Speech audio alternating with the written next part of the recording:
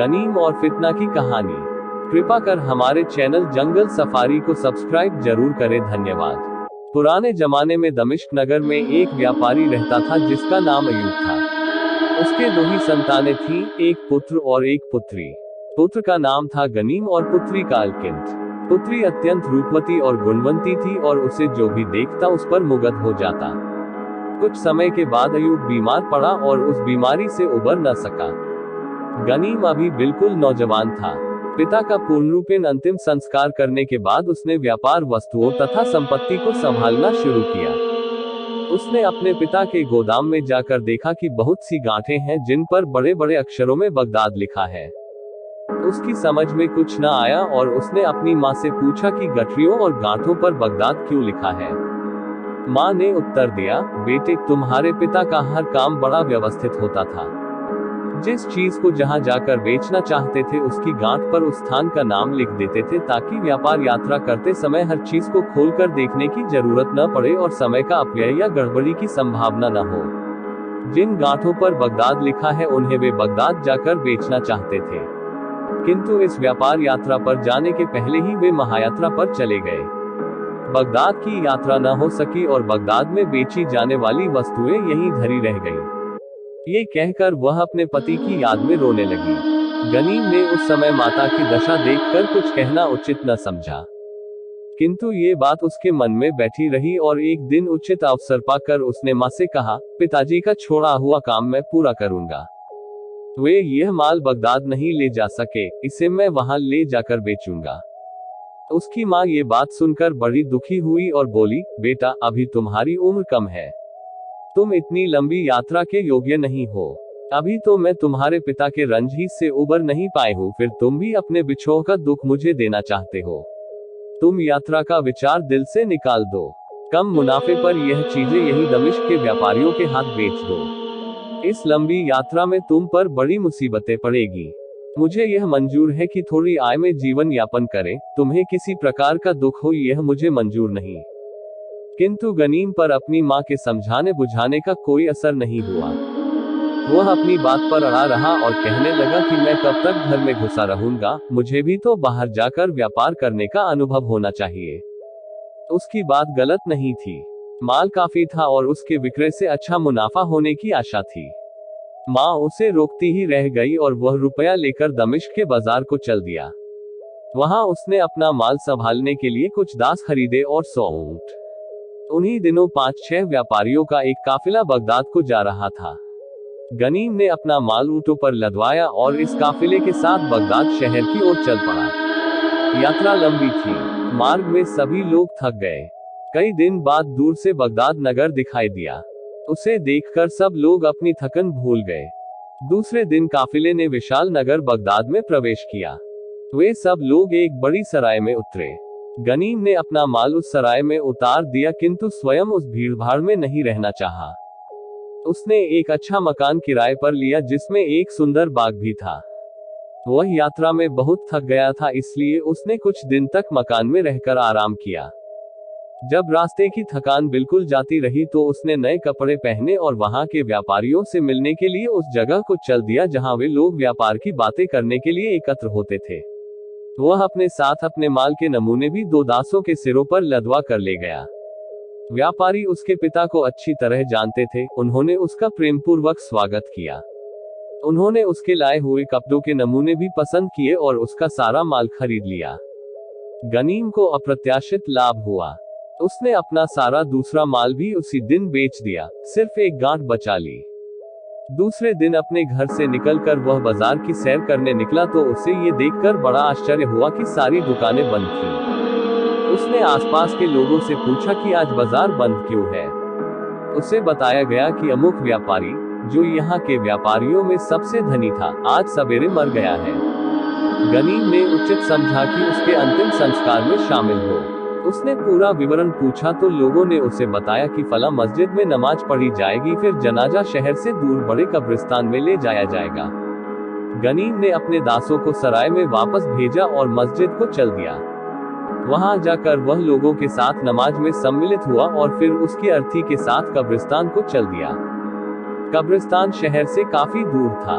वहां जाकर उसने देखा कि व्यापारी के लिए पहले से कब्र खुदी हुई है और कब्र को पक्का करने के लिए उत्तम प्रस्तर शिलाएं और कब्र बनाने का सामान, राज मजदूर आदि सभी मौजूद हैं और कब्र के चारों ओर बहुत से खेमे खड़े किए गए हैं। वहां पहुंचकर व्यापारी लोग उन डेरों में जाकर कुरान का पाठ करने लगे। फिर जब लाश को कब्र में उतार कर कब्र को ढक दिया गया तो सभी व्यापारी आसपास जमा होकर फातिहा पढ़ने लगे और बहुत देर तक पढ़ते रहे, यहाँ तक कि रात पड़ने लगी। उसे आश्चर्य हुआ कि इतनी देर क्यों लगाई जा रही है। उसके पूछने पर लोगों ने बताया कि जब कोई बड़ा आदमी मरता है और उसकी अर्थी के साथ बहुत से आदमी होते हैं तो उस रात को सब लोग कब्रिस्तान ही में ठहरते हैं। सब लोगों का यही खाना पीना होता है और सब लोग दूसरे दिन अपने अपने घरों को वापस होते हैं। उसे ये भी मालूम हुआ कि रात को होने वाले मृतक संस्कार भोज में शामिल होना जरूरी है। ये वहाँ की रस्म है और सब लोग इस पर जोर देते हैं। अतएव गनीम को रात के भोज में शामिल होने के लिए रुकना पड़ा, किंतु वह थोड़ा बहुत खा पी कर वहाँ से चुपचाप शहर की ओर चल दिया। उसने सोचा कि घर खाली देखकर कहीं चोर घुसकर मेरा धन न लूट ले जाए, या ऐसा न हो कि मेरे दासी बेईमानी करे और मेरा धन लेकर रफू चक्कर हो जाए। वह बगैर किसी को बताए आया था, इसलिए किसी से रास्ता भी ठीक तरह नहीं पूछ सका था। वह दिन भर का थका था, चोरी के विचार से परेशान था और रास्तों से अच्छी तरह परिचित भी नहीं था। फलस्वरूप वह अंधेरे में बुरी तरह भटक गया और उसे किसी प्रकार वह मार्ग न मिला जिस पर चलकर वह घर पहुंचे। काफी भटकने के बाद जब वह नगर के मुख्य द्वार पर पहुंचा तो आधी रात हो गई थी और द्वार बंद हो गया था। उसकी अनुनय विनय के बावजूद द्वारपालों ने फाटक नहीं खोला। उसे अफसोस होने लगा कि बेकार ही व्यापारियों का साथ छोड़कर शहर की ओर आया। अब वह रात बिताने के लिए शहर से बाहर कोई स्थान खोजने लगा। कुछ देर बाद उसे शहर के पास ही एक छोटा सा कब्रिस्तान दिखाई दिया। वह वहीं चला गया कि किसी कब्र पर लेटकर रात बिताए। वह उसके अंदर चला गया और एक जगह घास उगी हुई देखी तो वहीं पर लेट गया।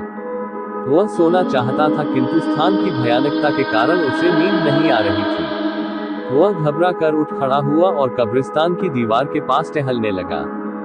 अचानक उसने देखा कि एक प्रकाश बिंदु उसकी ओर आ रहा है। वह प्रेत बाधा के डर से एक घने वृक्ष पर चढ़ गया और उसकी शाखाओं के बीच छुप कर बैठ गया। उसने देखा कि आने वाले 3 आदमी हैं जो राजमहल के सेवकों जैसे कपड़े पहने हैं। आगे का आदमी मशाल लिए आ रहा था और उसके पीछे 2 व्यक्ति एक लंबा संदूक उठाए हुए ला रहे थे। एक जगह संदूक उतारकर संदूक ढोने वालों में से एक ने कहा, भाइयों, मुझे तो बड़ा भय लग रहा है, यहाँ ठहरने को भी जी नहीं करता। मेरी मानो तो इस संदूक को यूं ही छोड़कर भाग चलो।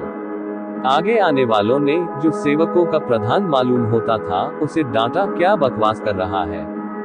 क्या मालकिन ने स्पष्ट रूप से आज्ञा नहीं दी थी कि संदूक को कब्र में गाड़ कर आना?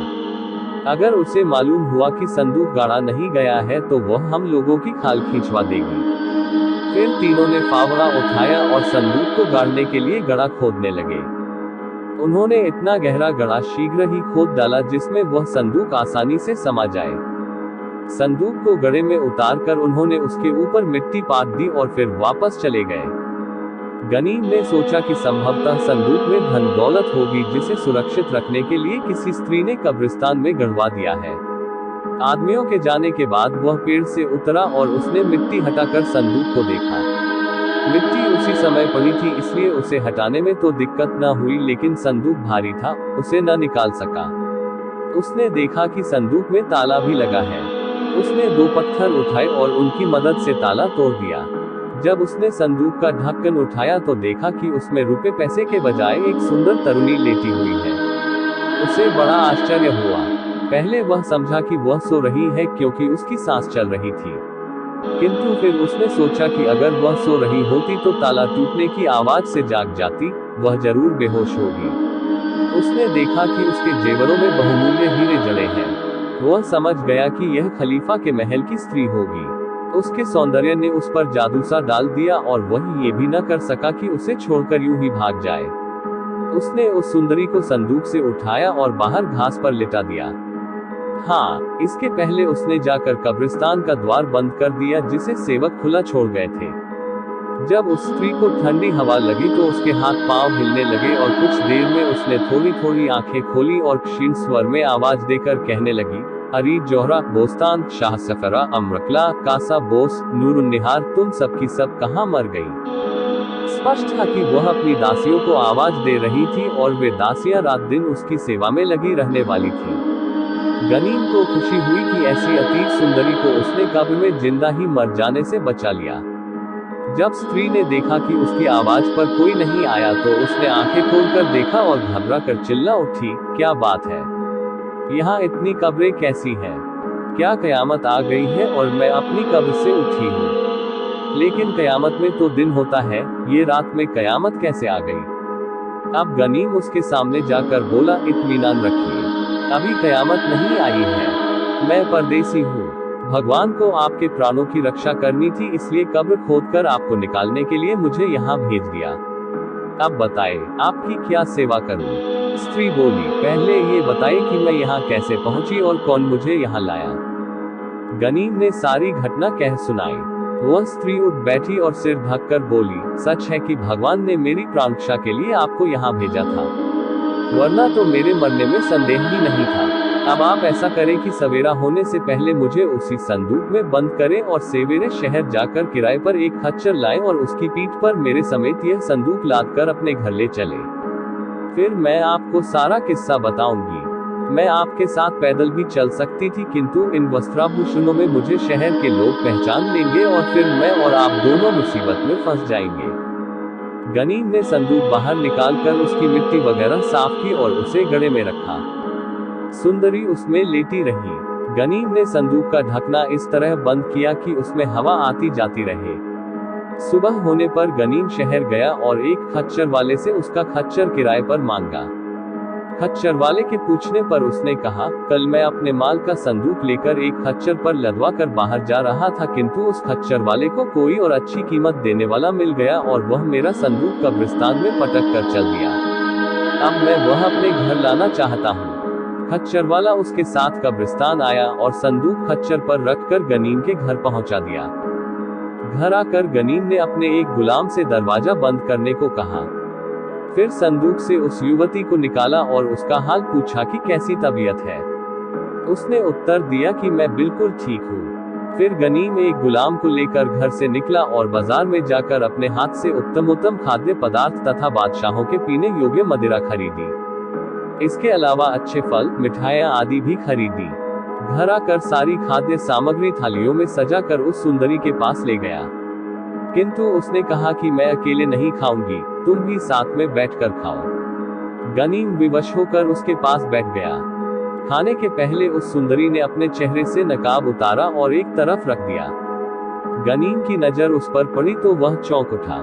उसमें अंदर की तरफ रेशमी धागे से कड़ा हुआ था, मैं खलीफा हारून रशीद की प्रेयसी हूँ और वह मेरा है।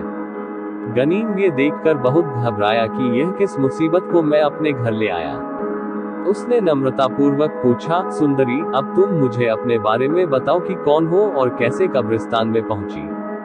उसने कहा, मेरा नाम फितना है, मैं खलीफा हारून रशीद की प्रेयसी हूँ। मैं अपने बचपन ही से दासी के रूप में खलीफा के महल में आ गई थी। मुझे वहाँ अच्छी शिक्षा मिली और कुछ दिनों ही में मैं सारी कलाओं और विद्याओं में निपुण हो गई। खलीफा ने मेरे उभरते रूप और गुणों को देखा तो मुझसे प्यार करने लगा। उसने एक बड़ा मकान मेरे लिए बनवा दिया और 20 दास दासियां मेरी सेवा के लिए नियुक्त की। उसने मुझे इतना धन दिया कि मैं शहजादियों जैसी शान शौकत से रहने लगी। खलीफा की विवाहिता रानी जुबैदा है। वह मेरे प्रति खलीफा के बढ़े हुए प्रेम को देखकर जलने लगी। उसने इरादा कर लिया कि किसी तरह मुझे मरवा दे। मैं होशियार रहती थी, इसलिए मलिका जुबैदा की कोई चाल न चल सकी। इधर की तरफ खलीफा को किसी शत्रु से निपटने के लिए काफी दिन के लिए बाहर जाना चाहा। जुबैदा ने उसकी अनुपस्थिति का लाभ उठाया। उसने मेरी एक दासी को भारी इनाम देकर तोड़ लिया। उस नमकहराम दासी ने कल रात को शरबत में मुझे बेहोशी की दवा दे दी। जब मैं बेहोश हो गई तो उसने मुझे इस ताबूत में बंद कर दिया। रानी के सेवक आकर मुझे ले गए और जीते जी ही कब्र गाड़ आए, किंतु भगवान को मंजूर था कि मुझे अभी जीवित रखे, इसलिए उसने तुम्हें उस कब्रिस्तान में पहले ही से पहुंचा दिया। तुमने मुझे बचा लिया, लेकिन अपनी मौत का सामान कर लिया। कोई चमत्कार ही हो तो तुम बच सकोगे। गनीम ये सुनकर और घबराया और पूछने लगा कि मुझे किस अपराध पर मारा जाएगा। फितना बोली, अगर जुबैदा को मालूम होगा कि तुमने मुझे बचाया है तो वह तुम्हें और मुझे दोनों को मरवा डालेगी। अगर उसे न मालूम हुआ तो खलीफा युद्ध से वापस आने पर मेरी कब्र पर जाएगा और वहां मेरा ताबूत न पाकर सारे नगर बल्कि देश देशांतर में मेरी खोज करवाएगा। जब उसे मालूम होगा कि तुमने मुझे अपने मकान में रखा है तब वह तुम्हें मरवा देगा। गनीम ने कहा, मतलब ये कि मैं किसी तरह बच नहीं सकता। फितना ने कहा, इतना निराश होने की भी जरूरत नहीं है। जब तक घर के लोग ही भेद न दे कोई किसी और का हाल कैसे जान सकेगा। गनीम ने कहा, यहाँ तो कोई भेद देने वाला नहीं है। पहले तो मेरे दासों की किसी से जान पहचान भी नहीं है कि उस पर तुम्हारा भेद प्रकट करे। फिर सभी लोग जानते हैं कि धनवान अविवाहित पुरुष अपने पास रखैले रखते हैं, तुम्हें भी ये लोग यही समझेंगे। इतना इत्मीनान होने के बावजूद गनीम इस बात का ध्यान रखता कि उसके अपने दास फितना के सामने जहां तक हो सके न आए। उपर्युक्त बातचीत के बाद एक दास ने दरवाजा खटखटाया तो गनीम स्वयं बाहर आया। दास उसकी आज्ञानुसार बाजार से भोजन सामग्री लाया था। गनीम ने सारी चीजें उसके हाथ से खुद लेकर फितना के सामने रखी। उससे कहा, तुम यहाँ खाओ पियो, मैं अभी आता हूँ। ये कहकर वह बाजार गया और फितना के लिए 2 दासियां और उत्तम उत्तम वस्त्राभूषण ले आया। फितना इन्हें पाकर बहुत खुश हुई और बोली, वाह मेरे मालिक, आप मेरा इतना ख्याल रखते हैं। गनीम ने कहा, मेरे लिए ऐसा संबोधन न करो, मैं इतने सम्मान के योग्य नहीं हूँ, मैं तो तुम्हारे सेवक जैसा हूँ। फितना बोली, यह आप क्या कहते हैं? मैं तो आपको मालिक से भी बढ़कर कुछ कहूँ तो उचित होगा। आपने भयंकर मृत्यु से मेरी रक्षा की है। मैं कितना कुछ भी करूँ सारे जीवन आपका एहसान नहीं उतार सकती। मेरी दशा में ये कैसे संभव है कि मैं आपको अपने दास जैसा समझूं? गनीम ये सुनकर मुस्कुराकर रह गया। गनीम और फितना दोनों एक दूसरे से प्रेम करने लगे थे, फिर भी दोनों को मालूम था कि मर्यादा के बंधन उनका शारीरिक संबंध न होने देंगे। कारण ये था कि फितना खलीफा की संपत्ति थी और बादशाह की संपत्ति का उपयोग कोई प्रजाजन नहीं कर सकता। शाम होने पर गनीम ने घर के अंदर दिए जलवाए और भूमि पर स्वच्छ चादरें बिछाकर उस पर बढ़िया शराब और फल लाकर रखे। बगदाद वासियों की साधारण रीति ये थी कि दिन में रोटी, मांस आदि ठोस पदार्थ खाते थे और रात को केवल फल खाते थे और शराब पीते थे। जब दोनों ने 2-2-3-3 पात्र मदिरा के पी लिए तो इन्हें नशा चढ़ने लगा और उन्होंने मस्ती में गाना शुरू कर दिया। पहले गनीम ने सद्यहर्चित श्रृंगारिक गीत सुनाए, फिर फितना ने भी इसी प्रकार सद्यहर्चित गीत सुनाए। काफी देर तक वे एक दूसरे के बाद इसी तरह गाते रहे। जब काफी रात बीत गई तो गनीम फितना को एक कमरे में सुलाकर स्वयं दूसरी जगह जाकर सो रहा। अब उन दोनों की दिनचर्या यही हो गई थी। वे दिन भर एक दूसरे के साथ रहकर आनंदित होते थे और रात को अलग अलग जाकर सोए रहते थे। इसी प्रकार उनके दिन बीतने लगे। गनीम ने इतना प्रबंध करके समझ लिया कि वे दोनों सुरक्षित हैं।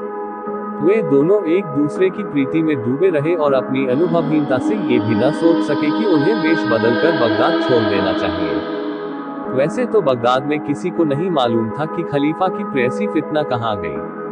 फिर भी रानी जुबैदा परेशान रहती थी कि अगर किसी तरह फितना की खोज शुरू हुई तो वो स्वयं खलीफा के संदेह से किस प्रकार बच सकेगी। बहुत सोच विचार कर उसने एक बूढ़ी दासी को बुलाया। इस दासी ने जुबैदा को बचपन में गोद खिलाया था। वह दासी से बोली, अम्मा, तुम्हें मालूम है कि जब मैं किसी कठिनाई में फंसती हूँ तब तुम्ही से सहायता लेती हूँ। तुम मेरा कष्ट सुनकर ठंडे दिमाग से उस पर विचार करती हो। तुम्हारे जैसी चतुर स्त्री मैंने कोई नहीं देखी और तुम्हारे पास प्रत्येक संकट से उबरने का उपाय है। इस समय मुझे एक ऐसी चिंता लगी है जिससे मेरी नींद हराम हो गई है। बुढ़िया ने पूछा, बेटी ऐसी क्या बात है? जुबैदा ने उसे पूरा किस्सा बताया। मैंने फितना को बेहोशी की दवा दिलवा कर कुछ आदमियों के द्वारा एक छोटे कब्रिस्तान में जिंदा गड़वा दिया है। अब इस बात पर कैसे पर्दा डालूं? उसे वीरान कब्रिस्तान में गड़वाया ही इसलिए है कि उसका पता किसी को न चले, किंतु खलीफा उसे बहुत प्यार करता है और युद्ध से लौटकर वह उसकी खोज जरूर करवाएगा और अगर भेद खुल गया तो मुझे अपनी प्रतिष्ठा बचाना कठिन हो जाएगा। बुढ़िया बड़ी खुर्रात थी। उसने कहा, बेटी तुम बिल्कुल चिंता न करो, ये कौन बड़ी बात है। मैं ऐसी तरकीब बताऊंगी कि किसी को इस मामले में तनिक भी संदेह न हो सकेगा। खलीफा तुम पर कोई संदेह नहीं करेंगे। जुबैदा ने कहा, अम्मा, ऐसा क्या उपाय हो सकता है? गुड़िया बोली, बताती हूँ। तुम कारीगर से एक बड़ा सा लकड़ी का पुतला बनवाओ, उसकी ऊंचाई औरतों जैसी होनी चाहिए। मैं उस पर पुराने कपड़े लपेट दूंगी। फिर एक ताबूत मंगवा कर उसमें वही पुतला रख देना और तुरंत ही शाही कब्रिस्तान में गड़वा देना। इतना ही नहीं, कब्र के ऊपर एक आलीशान मकबरा भी बनवा देना और उस मकबरे में फितना का एक बड़ा सा चित्र टंगवा देना। कब्र पर रोज बहुत ही दिए जलवाया करना। कभी कभी तुम और तुम्हारी दासियां काले कपड़े पहनकर मकबरे पर जाया करें और वहां जाकर फितना के लिए मातम किया करें। फितना की अपनी दासियों तो रोजाना काले कपड़े पहनकर फितना के लिए मातम करने को उसके मकबरे पर काले कपड़े पहनकर जाया ही करेगी। खलीफा जिस दिन आने को हो उस दिन तुम विशेष रूप से मातम करने के लिए जाना। खलीफा ये देखकर तुमसे जरूर पूछेंगे कि काले कपड़े क्यों पहने हो। तुम कहना कि तुम्हारी प्रेसी और मेरी प्यारी सखी फितना का निधन हो गया है, उसी के मातम में मैंने ये कपड़े पहने हैं। ये सुनकर खलीफा को बहुत दुख होगा, किंतु वह रो पीट कर बैठ जाएगा। जुबैदा ने कहा, अगर कहीं खलीफा ने फितना की कब्र खुदवा कर उसका अंतिम दर्शन करना चाहा तब तो भेद खुल ही जाएगा और मैं झूठी पड़ जाऊंगी। गुड़िया ने कहा, ऐसा नहीं हो सकता। हमारे इस्लाम धर्म के अनुसार कोई कब्र खुलवाई नहीं जा सकती। फिर फितना खलीफा की कितनी ही प्यारी क्यों ना हो, थी तो उसकी दासी ही। दासी के लिए कौन बादशाह इतना झंझट करता है कि धार्मिक नियमों का भी उल्लंघन कर दे। अब तुम पुतला जल्दी बनवाओ, बल्कि तुम भी यह झंझट न करो। मैं स्वयं एक अच्छे और विश्वस्त कारीगर को जानती हूँ, वह तुरंत ही इस काम को कर देगा। गुड़िया ने फिर कहा, तुम्हें एक काम सावधानी से करना होगा। तुम उसी दासी को बुलाओ जिसने तुम्हारे कहने पर फितना को शरबत में बेहोशी की दवा दी थी। उसे आदेश देना कि वह फितना के सेवकों तथा अन्य राज कर्मचारियों में यह बात प्रसिद्ध कर दे कि उसने एक सुबह फितना को उसके बिस्तर में मरा पाया है। ये भी जरूरी है कि जिस दिन तुम अपनी तैयारी पूरी करके उसे आदेश दो, उसी दिन वह फितना की मौत की खबर फैलाए और किसी को फितना के कमरे में प्रवेश करने की अनुमति न दे। तुम तुरंत राजमहल के मुख्य प्रबंधक हबशी मसरूर को बुलाकर राजकीय शोक का आदेश दे देना और ताबूत में पुतले के फितना के कमरे में भेजकर उसे समारोह पूर्वक बाहर निकलवाना। संदेह की कोई गुंजाइश नहीं रहनी चाहिए। रानी जुबैदा ने बुढ़िया को गले लगा लिया और अपने संदूकचे से एक हीरे की अंगूठी उसे इनाम दी और कहा, अम्मा, तुमने मुझ पर बड़ा एहसान किया है। अब मेरे जी को चैन आया। अब तुम तुरंत कारीगर के पास जाओ और जितनी जल्दी हो सके उससे पुतला बनवाओ। यहाँ का प्रबंध मैं करती हूँ। गुड़िया दूसरे ही दिन कारीगर से उचित नाप का एक पुतला बनवा लाए। इधर फितना की दासी ने फितना के मरने का शोर मचा दिया और जुबैदा ने मसरूर को आदेश देकर वह ताबूत गढ़वा दिया जिसमें काठ का पुतला रखा हुआ था। उसने स्वयं भी काले कपड़े पहनकर मातम शुरू कर दिया। दूसरे दिन सैकड़ों मजदूर लगवा कर कब्र पर बड़ा मकबरा खड़ा कर दिया और उसमें फितना का चित्र लगवा दिया। वह स्वयं भी दासियों समेत काले कपड़े पहनकर फितना के मकबरे पर मातम करने गई। इतने आयोजन के फलस्वरूप समस्त नगर निवासियों को मालूम हो गया कि फितना मर गई है। गनीम को शहर में ये समाचार मिला तो उसने आकर फितना से कहा, सुंदरी, तुम्हारी मृत्यु का समाचार सारे शहर में फैल गया है। फितना ने कहा, मैं भगवान की आभारी हूँ कि उसने तुम्हारे हाथों मेरी प्राण रक्षा करवाई। भगवान की कृपा रही तो वे सब लोग जो इस समय मेरे विरुद्ध षड्यंत्र कर रही हैं शर्मिंदा होंगे। भगवान चाहेगा तो एक दिन हम दोनों का मनोरथ पूरा होगा। तुमने निस्वार्थ भाव से जो भलाई मेरे साथ की है, खलीफा उसका पारितोषिक तुम्हें देगा और आश्चर्य नहीं तुम्हारे इनाम में मुझे ही दे डाले।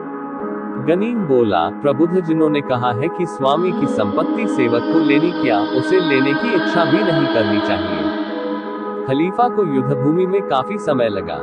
शत्रु को परास्त करके 3 महीने बाद जब वह बगदाद वापस आया तो उसने सोचा कि पहली फुर्सती में फितना के पास जाऊं। किंतु अपने महल में आते ही जुबैदा और दासियां शोकवसन पहने दिखाई दी तो उसने पूछा कि इसका क्या कारण है। जुबैदा ने छल के आंसू बहाते हुए फितना की मृत्यु का समाचार दिया। खलीफा इसे सुनकर मूर्छित होने लगा तो मंत्री जाफर ने उसे संभाला। खलीफा की तबीयत कुछ संभली तो उसने पूछा कि फितना को कहां दफन किया गया है। जुबैदा ने कहा कि मैंने शाही कब्रिस्तान में उसके लिए अच्छी कब्र बनवाई है और उस पर एक शानदार मकबरा बनवाया, जिसमें फितना का चित्र भी रखा है। आप कहें तो आपके साथ चलकर सब कुछ दिखाऊं। खलीफा ने कहा, तुम आराम करो, मैं स्वयं ही वह मकबरा दिखाऊंगा। खलीफा मसरूर को लेकर गया तो देखा कि बड़ी सुंदर कब्र और मकबरा मौजूद है और वहां बहुत से दिए जल रहे हैं। उसे ये देखकर आश्चर्य हुआ कि सौतिया दाह होने पर भी जुबैदा ने फितना के अंतिम संस्कार के लिए ऐसा आयोजन किया है। उसने सोचा कि यह संभव है कि जुबैदा ने फितना को निकाल दिया हो और इस बात को छुपाने के लिए उसकी मौत का ढोंग रचाया हो। उसने मकबरे पर लगा हुआ चित्र भी उतार कर देखा तो वह काफी खराब था, किसी अनाड़ी चित्रकार से जल्दी में बनवाया हुआ लगता था। अब उसने सोचा कि कब्र खुदवा कर देखना चाहिए कि फितना वास्तव में मरी है या जीवित है। उसने धर्मगुरुओं से सलाह ली तो उसने कहा कि आप ये काम नहीं कर सकते क्योंकि इस्लाम में कब्र खुदवाना धर्म विरुद्ध है। इस पर खलीफा ने फितना की कब्र खुदवाने का विचार त्याग दिया और रस्मी तौर पर उसके लिए मातम शुरू कर दिया। उसने कई कुरान पाठियों को फितना की कब्र पर निरंतर कुरान पाठ करने के लिए नियुक्त किया। स्वयं काले कपड़े पहन लिए और शोक और विषाद का जीवन व्यतीत करने लगा। 1 महीने तक रोजाना एक बार जाफर और अन्य सभासदों को लेकर फितना की कब्र पर जाता और फातिहा पढ़ता और बैठकर उसकी याद में आंसू बहाता। इस सारी अवधि में उसने राज्य प्रबंध भी नहीं देखा और सारे समय रुदन और विरह विलाप करता रहा। 40 दिनों के बाद मातम खत्म हुआ। खलीफा ने खुद काले कपड़े उतारे और दूसरों से भी मातमी लिबास उतारने को कहा। इस सारे समय में वह कभी ठीक से सोया नहीं था, इसलिए बहुत थका हुआ था। वह अपने शयन कक्ष में गया और पलंग पर जाकर सो रहा। थकन और जगाई के बावजूद उसको गहरी नींद नहीं आई। शयन कक्ष में 2 दासियां मौजूद थीं ताकि खलीफा उठकर जो आज्ञा दे उसका पालन करे। एक उसके सिरहाने की ओर बैठी थी, उसका नाम नूरुन निहार था। दूसरी पैताने की तरफ बैठी थी, उसका नाम निखत था। दोनों समय काटने के लिए कशीदाकारी कर रही थी। पहली ने खलीफा को सोता जानकर कहा, मुझे एक शुभ संवाद मिला है जिससे खलीफा खुश होंगे। फितना मरी नहीं है। निखत ने आश्चर्य से उच्च स्वर में कहा, है, फितना जिंदा है। उसकी ऊंची आवाज से खलीफा जाग गया और डांट कर बोला, बदतमीजो, तुमने शोर करके मुझे क्यों जगाया? दासी ने कांपते हुए उत्तर दिया, हुजूर, मेरा अपराध क्षमा करे, मैंने आपके आराम में विघ्न डाला। किंतु इस दूसरी दासी ने बात ही ऐसी कही थी जिससे मेरी आवाज ऊंची हो गई। इसने कहा है कि आपकी प्रेसी फितना मरी नहीं है, जीवित है। खलीफा ने नूरुन निहार से पूछा तो उसने हाथ जोड़कर कहा, सरकार, मुझे आज शाम ही को फितना का लिखा हुआ एक पत्र मिला है। मैं चाहती थी कि आपके शयन कक्ष में आते ही वह पत्र आपको दिखाऊं, क्योंकि उसमें फितना ने सारा हाल लिखा है। किंतु आप बहुत थके हुए थे, इसलिए मैंने सोचा आपके जागने पर सारा हाल आपको बताऊं। खलीफा ने कहा, तू बड़ी बेवकूफ है, इतना महत्वपूर्ण पत्र छुपाए रही। अभी निकाल कर वो पत्र मुझे दे। और हाँ, तुझे वह पत्र मिला कहाँ? नूरुन निहार ने बताया, मैं महल के बाहर एक काम से गई थी। तभी एक आदमी मेरे हाथ में ये पत्र देकर चला गया। मैं उससे कुछ पूछ तो क्या पाती, उसकी सूरत भी ठीक तरह से नहीं देख सकी। ये कहकर उसने वह पत्र दे दिया। खलीफा ने देखा कि पत्र फितना ही की हस्तलिपि में है। उसमें उसने अपने जीते जी गाड़े जाने और फिर गनीम द्वारा बचाए जाने का विवरण लिखा था और यह भी लिखा था कि गनीम बड़े सद्भाव से मेरी सेवा करता है। खलीफा को पत्र पढ़कर न फितना के जीवित होने की प्रसन्नता हुई, न जुबैदा की हरकत पर क्रोध आया। उसे क्रोध आया तो गनीम पर, जिसने उसकी प्रेसी को घर में डाल रखा था। उसे विश्वास हो गया कि गनीम ने फितना के साथ संभोग अवश्य किया होगा और खलीफा की प्रतिष्ठा का ध्यान नहीं रखा होगा। वह फितना पर दांत पीसता रहा कि उस नौजवान के साथ गुलछर्रे उड़ाती रही और यह भी ध्यान न दिया कि मैं खुद उसके वियोग में किस तरह 40 दिन तक तड़पता रहा। रात में तो उसने किसी से कुछ नहीं कहा, लेकिन दूसरे दिन दरबार में जाकर उसने प्रधानमंत्री जाफर को बुलाकर कहा, आज मैं तुम्हारी मुस्तैदी की परीक्षा लेता हूँ। तुम 4000 सिपाहियों को लेकर अमुक मोहल्ले में जाओ। वहाँ दमिश्क का एक जवान व्यापारी गनीम रहता है। उसके पिता का नाम अयूब है। उसने मेरी प्रेसी फितना को रख छोड़ा है। तुम जाकर गनीम को पकड़ो और उसके हाथ पैर बांध कर ले आओ। और ध्यान रहे कि फितना भी हाथ से निकलने न पाए। उसे भी पकड़ कर ले आना, किंतु उसे बांधना नहीं। इसके साथ ही जिस मकान में गनीम रहता है उसे खुदवाकर जमीन के बराबर करवा देना। मैं उन दोनों को कठोर दंड देना चाहता हूँ। मंत्री जाफर ने यह आज्ञा पाकर 4000 सैनिक बुलाए और कुछ ही देर बाद गनीम के भव्य भवन को चारों ओर से घेर लिया। वह अपने साथ सैकड़ों बेलदार भी ले गया था ताकि मकान को खुदवा कर जमीन के बराबर करवा दे। सिपाहियों को भी उसने ताकीद की कि बहुत होशियार रहो ताकि गनीम कहीं से निकलकर भागने न पाए। गनीम पकड़ा जाता किंतु फितना राज कर्मचारियों के तौर तरीकों से परिचित थी। उसने दूर ही से मंत्री को सेना के साथ आते देखकर समझ लिया कि खलीफा को यहाँ का हाल मालूम हो गया है और उसने दोनों को पकड़वाने के लिए सेना भेजी है। उसी समय गनीम और फितना भोजन से निवृत्त हुए थे। फितना को बड़ा भय अपने से अधिक गनीम के लिए हुआ क्योंकि वह उसे प्रेम करने लगी थी। उसने ये भी सोचा कि खलीफा को मुझसे प्रेम है इसलिए मुझे तो मामूली सजा ही देगा, किंतु इस निरपराध को जरूर मरवा डालेगा। उसके मुंह से गिरफ्तारी के लिए सैनिकों के आने का हाल सुनकर गनीम प्राण भय से कांपने लगा और उसमें बोलने और उठने की शक्ति भी नहीं रही। फितना ने झुंझलाकर उसे हाथ पकड़कर उठाया और बोली, मूर्ख, देर करने का समय नहीं है। तुम फौरन गुलामों जैसे कपड़े पहनो, मुंह और हाथ पैर में कोयले का चूरा मलो जिससे हबशी मालूम पड़ो। इसके बाद रसोई के बर्तनों का टोकरा लेकर बाहर निकल जाओ। वे लोग तुम्हें गुलाम समझकर जाने देंगे। इसके अलावा और किसी तरह तुम्हारी जान नहीं बच सकेगी। अगर वे लोग पूछे कि तुम्हारा मालिक कहाँ है तो कहना कि घर के अंदर है। गनीम ने कहा, इस समय मुझे अपने प्राणों से भी अधिक तुम्हारी सुरक्षा की चिंता है। फितना बोली, मेरी चिंता न करो, मैं खलीफा के सामने अपना सारा अपराध क्षमा करवा लूंगी, किंतु तुम्हें देखते ही वह तुम्हें मरवा डालेगा और किसी की कुछ न सुनेगा। मैं घर का सामान भी बचा लूंगी और यह भी संभव है कि बाद में समझा बुझाकर खलीफा से तुम्हें माफी दिलवा दूं। अब तुम देर न करो, जैसा मैंने कहा है उसी उपाय से बचकर निकल जाओ। गनीम फिर भी हिचक रहा था लेकिन फितना ने उसे जबरदस्ती गुलामों के कपड़े पहना दिए। गनीम ने अपने हाथ पैर और मुंह पर राख और कोयले का चूरा मलकर एक टोकरे में रसोई के खाली बर्तन लेकर निकला। सिपाहियों ने समझा कि घर का ये गुलाम बर्तनों पर कलई करने जा रहा है, इसलिए उन्होंने उससे रोक टोक नहीं की। वह बड़े इत्मीनान से मंत्री जाफर के सामने से निकल गया और जाफर को भी कुछ संदेह न हुआ। जाफर के साथ जो बड़े बड़े जासूसों के अफसर थे वे भी गनीम के छद्म वेश के धोखे में आ गए और गनीम के प्राण फितना की बताई तरकीब से बच गए। इधर मंत्री ने घर का दरवाजा खुलवाया और अफसरों के साथ घर में आ गया। उसने देखा कि घर के अंदरूनी कमरों में बहुत सा कीमती सामान, व्यापार की कुछ वस्तुएं और रुपए पैसे से भरे संदूक है। वह सारा माल गनीम का था। फितना मंत्री को देखकर कांपती हुई उठी जैसे कि उसे मृत्युदंड सुनाया जा रहा है।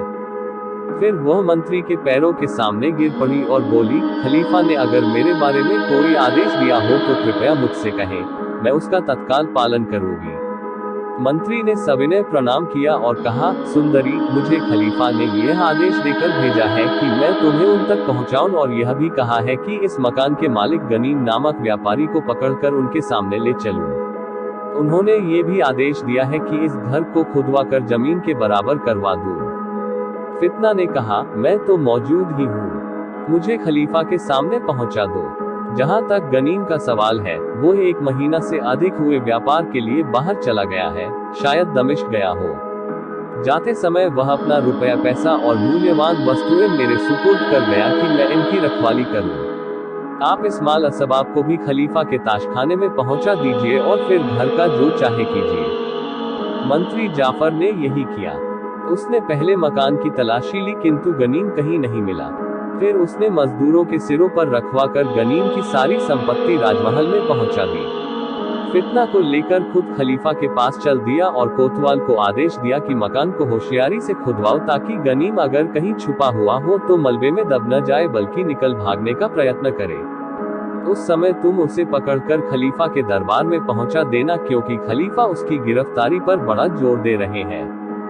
मंत्री और अन्य अफसर इधर राजमहल को चले, उधर कोतवाल ने मकान के चप्पे चप्पे की तलाशी ली किंतु गनीम को कहीं नहीं पाया। खलीफा ने वजीर को आते देखा तो दूर ही से पूछा, मेरी आज्ञाओं का पालन किया? जाफर ने कहा, एक को छोड़कर सभी आज्ञाओं का पालन हुआ है। अभी आकर पूरा हाल बताता हूँ। इतने में कोतवाल भी आ गया, किंतु गनीम का कहीं पता नहीं चला।